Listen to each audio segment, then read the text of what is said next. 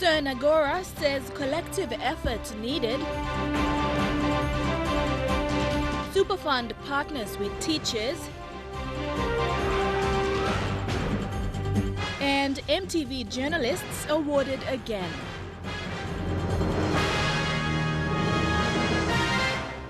This is National EMTV News with Helen Sayer. Good evening and thanks for joining me for Friday's news. Lay businessman Sir Nagura Bogan says the economic situation faced now could have been avoided if there was better planning and foresight. His comments come when Papua New Guinea is struggling with cash flow when oil prices have slumped and minerals aren't selling like they used to. Sir Nagora says it's going to take experts and a collective effort to reform our economy into a more sustainable one. Bethany Harriman with this report. Much has been said about the ongoing economic crisis in Papua New Guinea. The government says PNG will recover. We are a growing economy, while critics have said we borrow too much and make less. Former Commissioner General of the Internal Revenue Commission, Sir Nagura Bogan, says the current state of the economy is a result of the lack of foresight and planning done by previous governments. That we can take, and we don't have the mechanism in place to check and say, okay, times have changed, the economy has changed, social system has changed, population and demographic shifts have happened, technology has changed, and how do we adjust ourselves to see whether the journey that we're taking is the right one and we're on the path to that. And then there should be a mechanism to hold people accountable for doing their part in that journey.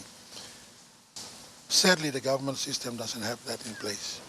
The economy is going through challenging times. When the LNG construction phase ended, workers started to get laid off and spin-off projects stopped. There was a gradual decline in cash moving in and out of the country. The downturn in world oil prices and the slump in the mineral sector have also hit the Papua New Guinean economy hard. Over half of the country's revenue stream comes from the non-renewable sector. There has to be a shift to the sustainable sectors. You need to get the right people to come and do a complete evaluation and mapping of all our resources. Then they will also provide some mechanism to say, okay, this is what you have, this is what you need to do to unlock this potential. Okay? And once you've got that, then we go out and we talk to investors outside. Because we're going to be selective, we're going to smart at it. So if we go to a big fishing company that we know has the potential to come and invest in PNG, we go to them and chat with them. All right, if you bring 100 million to come and invest in PNG, this is the ground rules. Sir Nagura Bogan says PNG's economy isn't diversified enough to cushion the blow. Our sustainable sectors like fisheries, forestry, agriculture, and to some extent manufacturing are still in their infancies. Tomorrow, Sir Nagura Bogan will announce his candidacy for the 2017 general elections. At the event, we'll see New Island Governor and a founding father, Sir Julius Chan, be the keynote speaker. They will be addressing Morobe political heads, business leaders, and top bureaucrats. Bethany Harriman, National EMTV News, Lae. Papua New Guinea's largest super fund, Number One Super, is strengthening its partnership with the Teaching Services Commission. Number One Super has a membership base of about 120,000. Chief Manager Member Services Charlie Gili Chibi said more than 50% of the membership base is made up of teachers. The partnership between Number One Super and the Teaching Services Commission was reinforced at Number One Super's last media conference for 2016.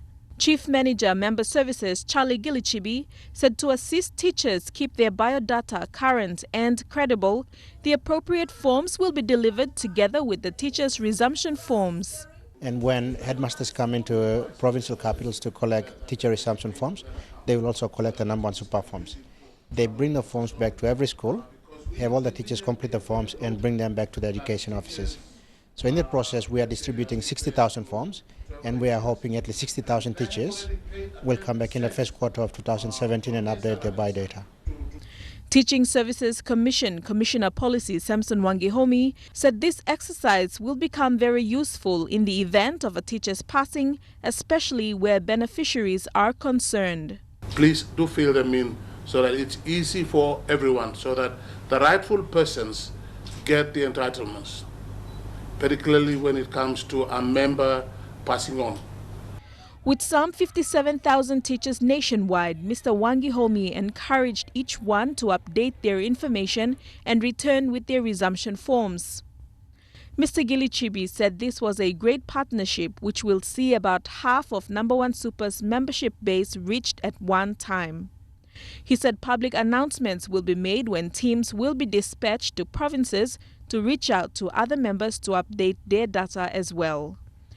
We have 40% of our members with incomplete biodata, and that's why we're trying to get into partnering with TSC and education to approach 60,000 teachers to complete their biodata.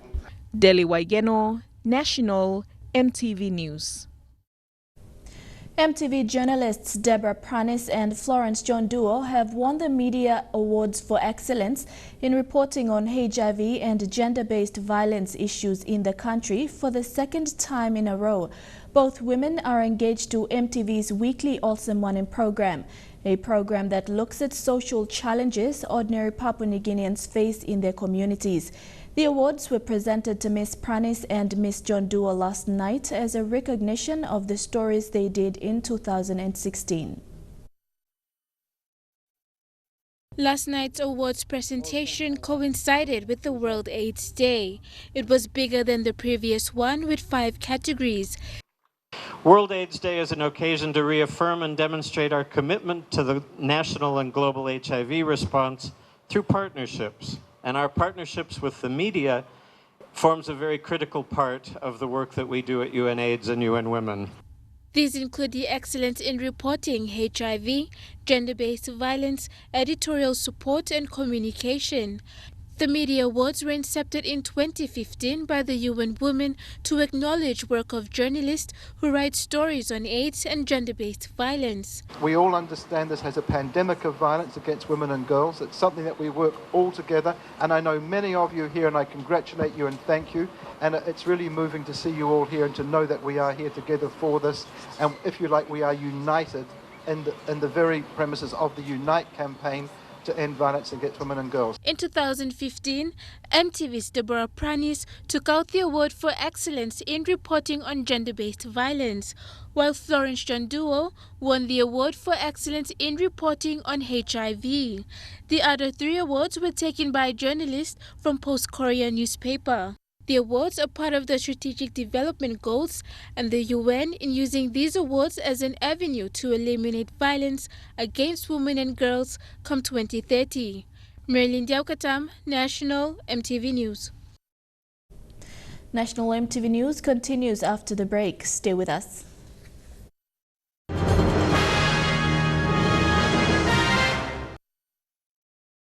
Welcome back. A man has been sentenced to 25 years imprisonment. The case went before Justice Panuel Mogish at the Bomana National Court today. Alan Aiso, 57, from Aipeana village in the Kairukuhiri district of Central Province, was found guilty of the murder of George Evi in 2015, also from the same village. The court heard that on 15th May 2015, the accused willfully went to investigate sounds of a distressed pig coming from his garden, and that's when he murdered the deceased for killing the animal.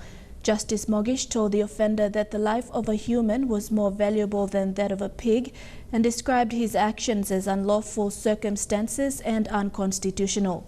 The accused will serve his remaining term of 23 years and 6 months in prison with hard labor.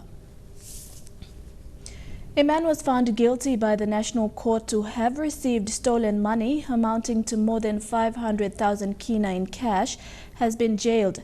The money is part of proceeds from an armed robbery. Ricky Antino from Yababi village in Kainantu, Eastern Highlands Province, was charged under Section 410 of the Criminal Code Act for being in possession of proceeds of crime. Eric Harupma with this report. Ricky Anito is accused of receiving 580,000 kina, the money stolen from Maybank Limited between 1st October and 31st November in Port Moresby. The court added on 17 October 2013, the accused was transporting the total amount of the loot of 6 million kina to Berena in the Central Province when he was arrested by police. The offender admitted to police he received such monies but was not aware that they were proceeds from an armed robbery. The state alleged that he assisted the suspects and was paid in return. Justice Penuel Mogis told the courtroom that in this case, a substantial amount of money was received by the offender and a deterrent sentence is called for. Justice Mogis added that people who assisted criminals by knowingly receiving proceeds from crimes must be jailed for a long time, and the offender is no exception. The offender was sentenced to 6 years and 11 months imprisonment, with his bail money forfeited to the state, saying it is stolen property. Eric Arupman, National MTV News. An LLG president in the Day District of Western Highlands Province is calling on the Electoral Commissioner to conduct supplementary elections in the district as per a circular issued by the Department of Provincial and Local Government Affairs. This circular directs from supplementary elections to be implemented in failed elections electorate in his electorate. William Noki, president of Moglam LLG in the Day District of Western Highlands, spoke to EMTV today. So I am directing my question to the commissioner, the electoral commissioner. If the provincial and local office of the provincial and local government affairs through the secretary and the minister, they want supplementary election, it is his job to find some money somewhere and conduct supplementary election before 2017 election comes out to April 2017. And now looking at our finance news, the kina closed unchanged at 0.3150 US dollars in the interbank market.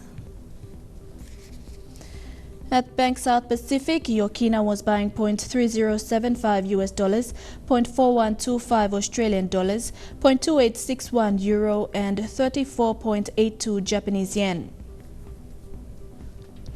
Looking at commodity prices at New York close, gold and copper closed higher while coffee and cocoa closed the day lower. Palm oil closed unchanged while crude oil closed lower and copper closed the day higher. And on the stock market, the Dow Jones closed at 68.35 points higher. The ASX is trading at 56.22 points lower, and the All Ordinaries is trading at 57.73 points lower.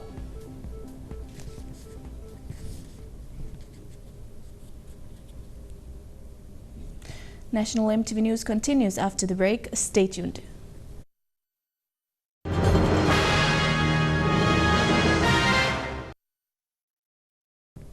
Welcome back. Parents will have to pay school fees for their children from elementary to secondary schools in Nagora Province in 2017. The decision was made by the Provincial Education Board due to the delay in the payment of the tuition fee-free funds. Nagora Province, along with East New Britain, will implement the decision next year. Julie Badui Oa with this report. All schools from elementary to secondary will charge fees in order for the school to operate. That decision of the Provincial Education Board will affect most parents, especially those who struggle every day at the market to earn a portion so they can pay for their child's school fee. Janet Pais, a widow who resides at West Taraka, a suburb in Ley, is a struggling parent who sells ice blocks to pay fees for her son who will be doing his grade 10 next year. 300 kina bien mino payment. Na mista pet na next year na government talk lomba putim fee block school fee block pigini ko anta mino tingo semba mi afford lo buy school fee.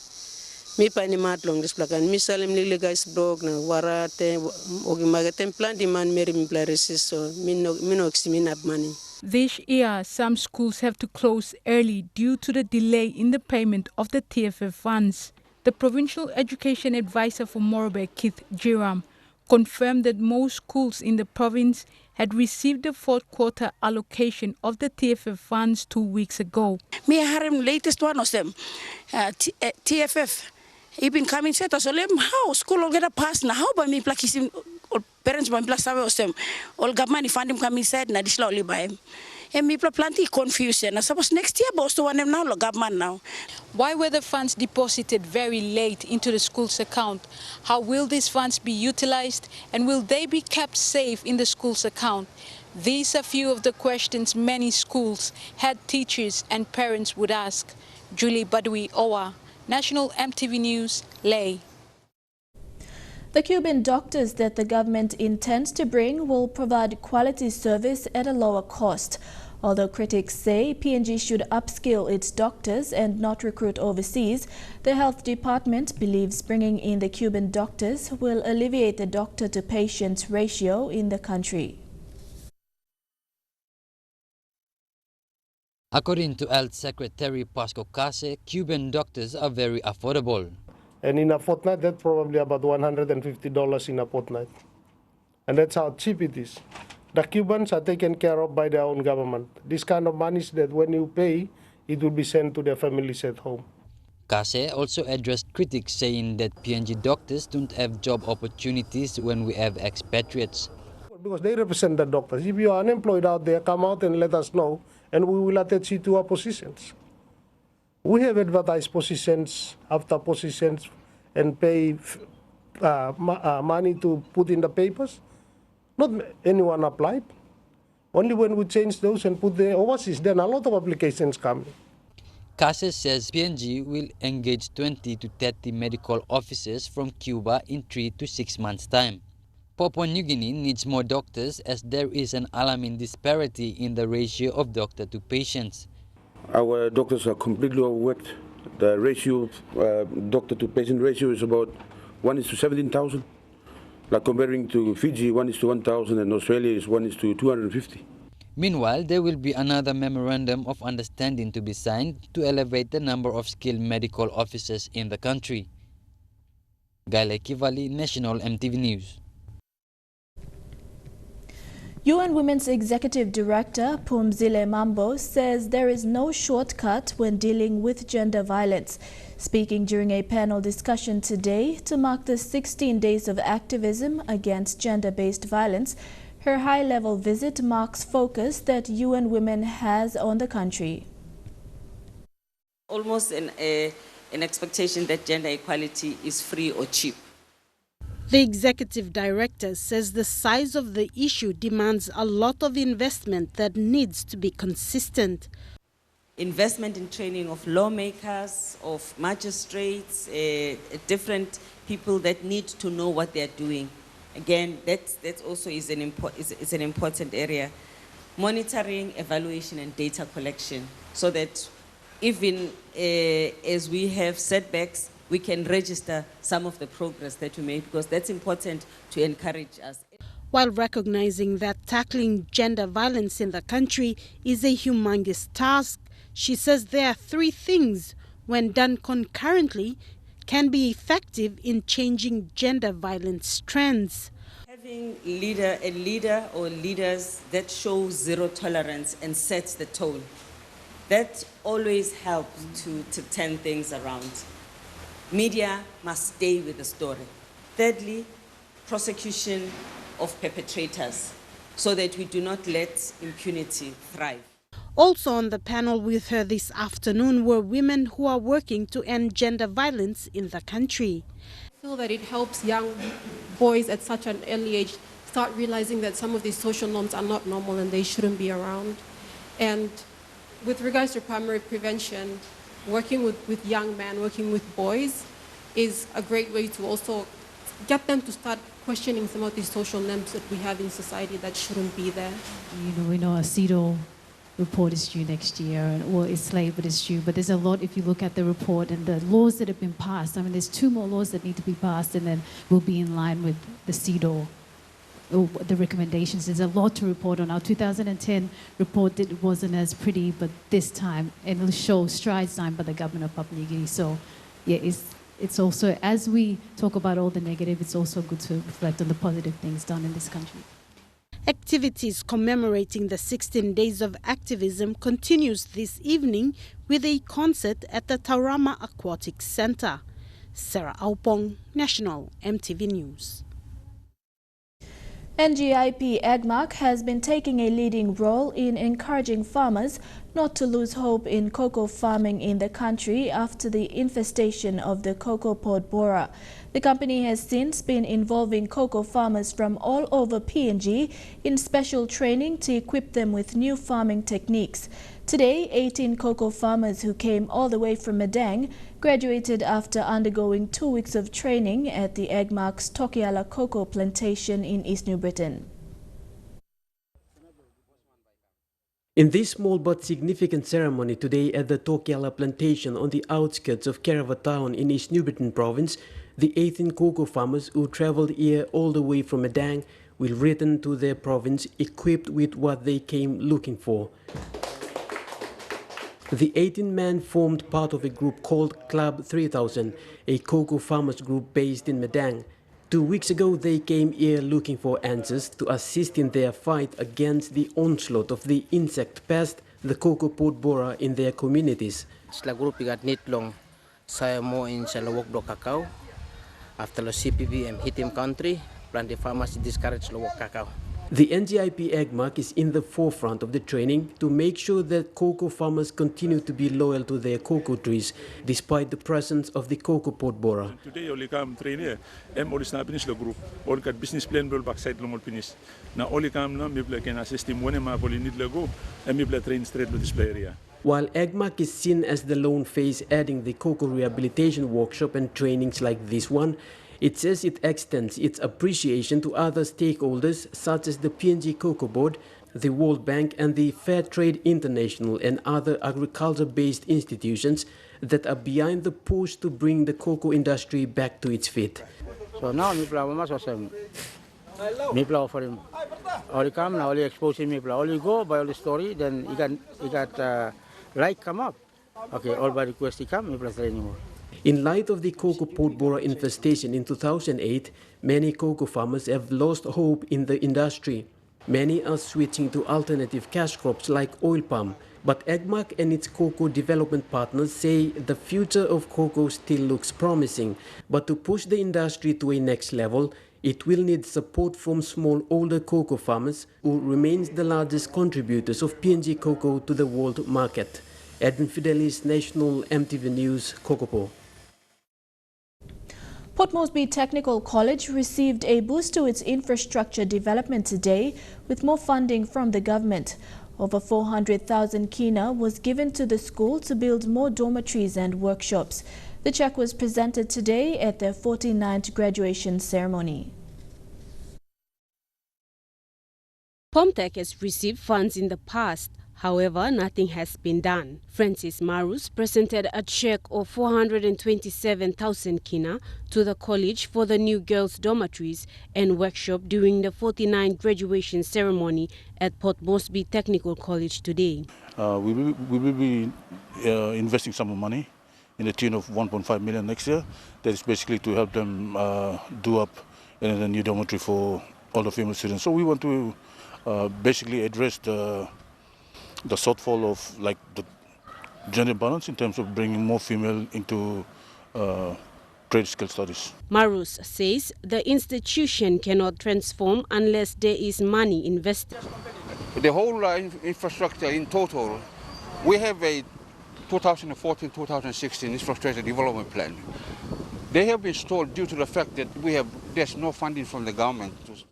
Eni says he wishes that the infrastructure project must start as soon as possible for an academic year in 2017. Sawato Hambu, National EMTV News. Turning overseas, following a week of getting down to business, U.S. President-elect Donald Trump is now getting around to making contact with foreign leaders, some of whom he was extremely critical of during his campaign run to the White House. If he says great things about me, I'm going to say great things about him. After insulting some Mexicans during the campaign, he took heat when he didn't bring up his signature issue in a meeting with Mexico's president. Who pays for the wall we didn't discuss. Despite U.S. tensions with Egypt over its crackdown of political opponents, Trump had nothing but praise for President El-Sisi, telling Fox Business News after meeting him in New York. He's the fantastic. He took control of Egypt, and he really took control of it. There was a good chemistry. Now, these readouts would suggest Donald Trump is striking up a rapport with world leaders with his out-of-the-box, even casual style. But words matter in diplomacy, especially now that Trump is president-elect. India, Pakistan's arch-enemy, is trying to make sense of this readout, but for now has taken a tongue-in-cheek approach. The foreign ministry said it does hope that Trump would help Pakistan with its biggest problem, terrorism. To the latest in the Brazil plane tragedy, the plane crash victims will be repatriated to their homes. 6 people survived the crash. With whole family, just because he was all the time saying, we must be all together, we have to be together. Chapecoense was Nilsson's passion. He posted this picture just days before leaving for the South America Cup final. Let's go Chape. This kind of loss, unimaginable. All of the waiting is just agony for the families, but this is part of the process and it has to be done.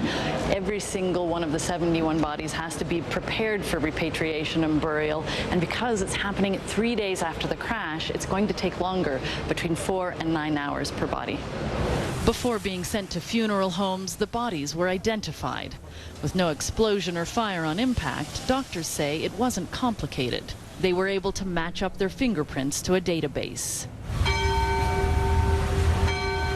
The team doctor flew in from Brazil to help. I never in my life imagined going through this, he says. I've been a doctor for 27 years and I never imagined a situation like this, making it so hard to watch the final images of the scrappy team. A Bolivian network shot what may be the last video of Chapecoense right before La Mia flight 2933 took off. Only 6 people survived. The others, their bodies due to be repatriated in military planes Friday afternoon. Chukai Sports is next. Jeremy will join us with all the FIFA highlights. Don't go away.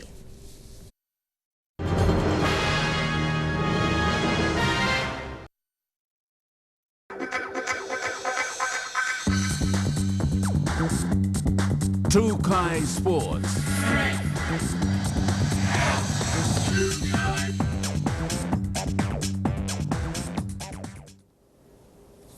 Welcome to Chukai Sports. Korea DPR will enter the final showdown with the hopes of a second title, while France hopes to make it their first.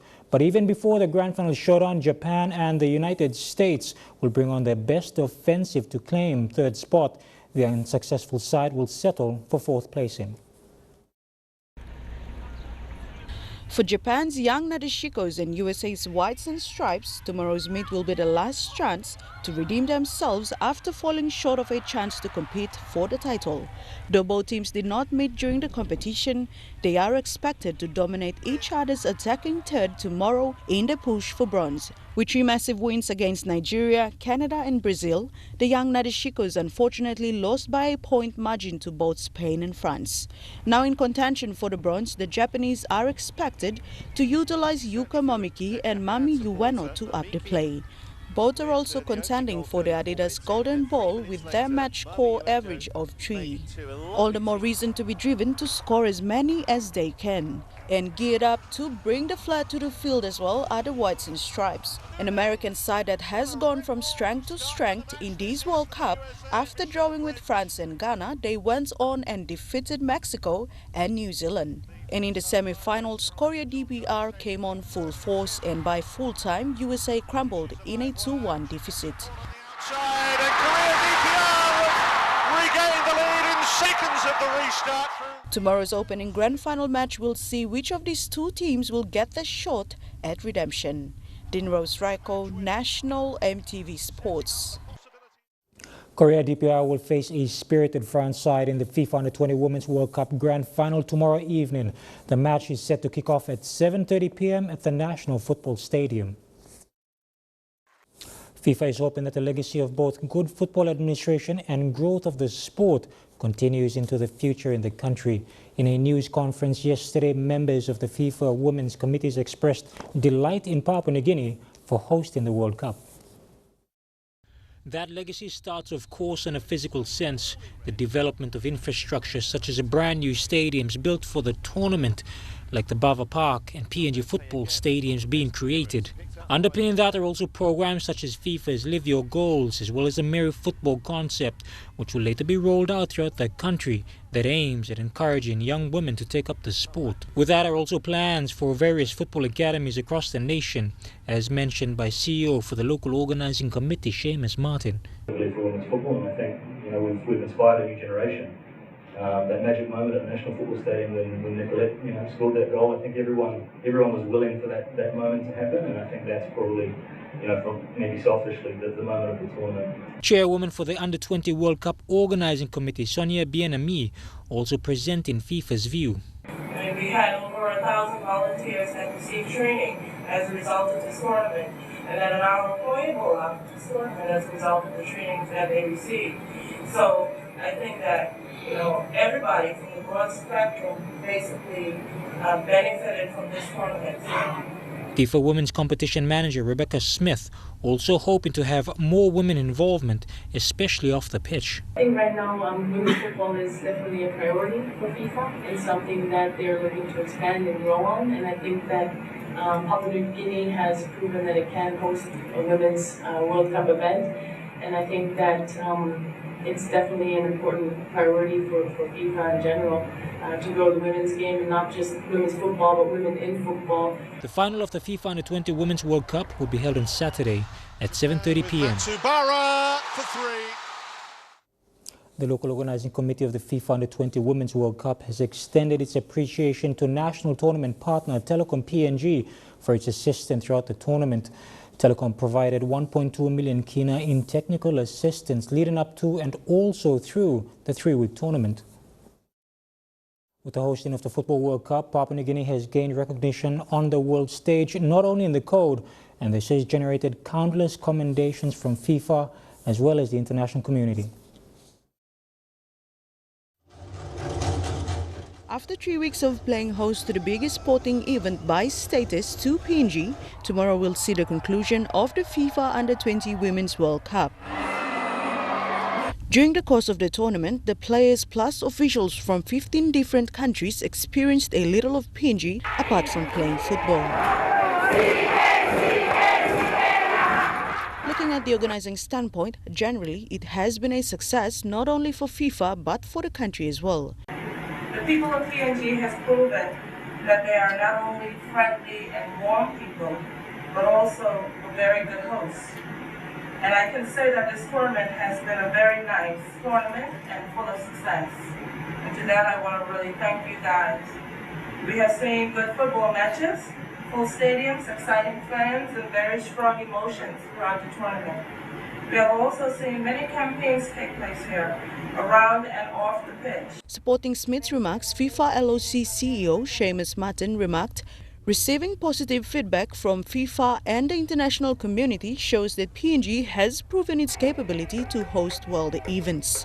I think we've given a good account of Papua New Guinea, and I know that our visiting teams, our visiting guests have left with warm memories of the country, of the tournament, and hopefully they've left as ambassadors and they will return. They've had a taste of the country and now they will want to come back. Dini Rose Raiko, National EMTV Sports. Despite optimism that FIFA President Gianni Infantino would visit Papua New Guinea for the Under-20 Women's World Cup, he will instead visit Brazil. This follows the tragic plane crash which claimed the lives of 75 people, including football team Chapecoense on Tuesday. Infantino, in a statement on FIFA's official website, said this was a very sad day for football. The aircraft, which had 72 passengers and 9 crew members, crashed in the Colombian region of Antioquia, with the causes currently unknown. That ends Trukai Sports. Helen will be back with the weather details. Trukai Sports.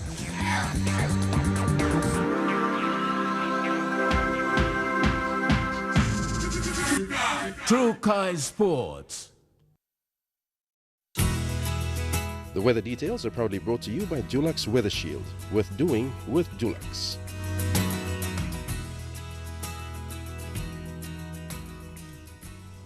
Your weather forecast for tonight and tomorrow in the southern region. Mostly fine, though partly cloudy in Port Moresby. Mostly fine in Daru, Kerema and Alotau, and a shower or two in Popondetta. In the Momase region, a shower or two in Lae, showers in Medang, and rain in Wewak and Vanimo. In the New Guinea Islands region, rain showers in Lorengau, chances of showers in Kavieng, thundery showers in Kokopo, Rabaul and Kimbe, and showers developing to rain in Buka. And in the Highlands region, some showers and morning fog in all centres. Forecast for small ships for the next 24 hours. Waters of southern PNG Indonesian border through Torres Strait and Daru to Kiwai Island to Kerema to Yule Island to Hood Point to Samarai Island, seas of 1 to 2 meters. Waters of eastern and western Milne Bay Islands, waters of Samarai Island to Cape Vogel to Finchhafen, waters of Finchhafen through Vitia Strait, Siasia Island to Long Island, and waters of West New Britain, seas of 0.5 to 1.5 meters. Waters of Long Island to Medang, to Bogia to Wewak, to Aitape to Vanimo and northern PNG Indonesian border, seas of 0.3 to 1 meters. Waters of Manus and its western group of island, seas of 0.3 to 1.3 meters. Waters of New Island to East New Britain to Bougainville, seas of 0.5 to 1.3 meters.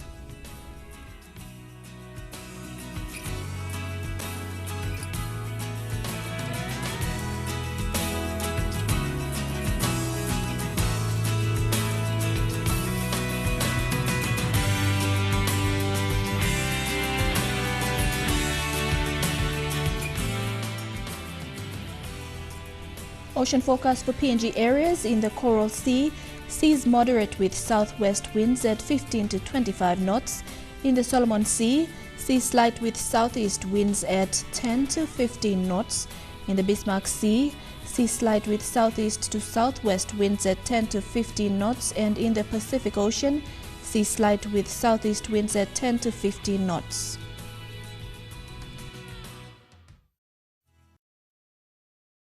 The weather details are proudly brought to you by Dulux Weather Shield. Worth doing with Dulux. Now recapping our top stories again. Lay businessman Sir Nagura Bogan says collective effort needed to improve economy. Number One Super Fund partners with teachers. And EMTV journalists receive top UN award again. And that's how we end National EMTV News this week. On behalf of the entire news team, have a pleasant weekend. I'm Helen Seah. Good night.